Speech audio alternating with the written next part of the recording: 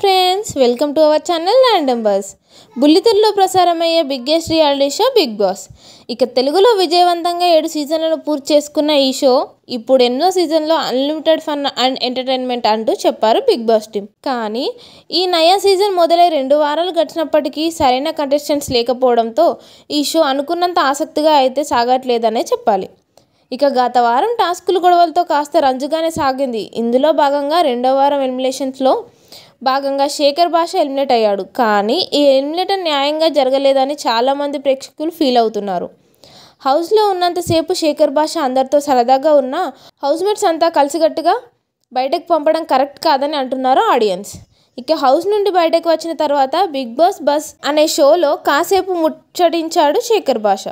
ఇక ఇంటర్వ్యూలో బిగ్ బాస్కి సంబంధించిన కొన్ని షాకింగ్ నిజాలను బయటపెడతాడు శేఖర్ భాష. ఇందులో భాగంగా శేఖర్ భాష మాట్లాడుతూ బిగ్ బాస్ స్క్రిప్టెడ్ అనేది పచ్చి అబద్ధం, కానీ బిగ్ బాస్ ఎలిమినేషన్ అనేది ఫేక్ ఆడియన్స్ వేసే ఓట్లను బట్టి కాదు అంటూ సంచలన వ్యాఖ్యలు చేశాడు శేఖర్ భాష. ఇక ఈ బిగ్ బాస్ హౌస్ నుండి నాకు నేనుగా నా బిడ్డని చూసుకోవాలనే ఉద్దేశంతో హౌస్ నుండి బయటకు వచ్చాను. ఇక ఇదే విషయం నాతో పాటు ఉన్న హౌస్మేట్స్ అందరితో కూడా షేర్ చేసుకున్నాను.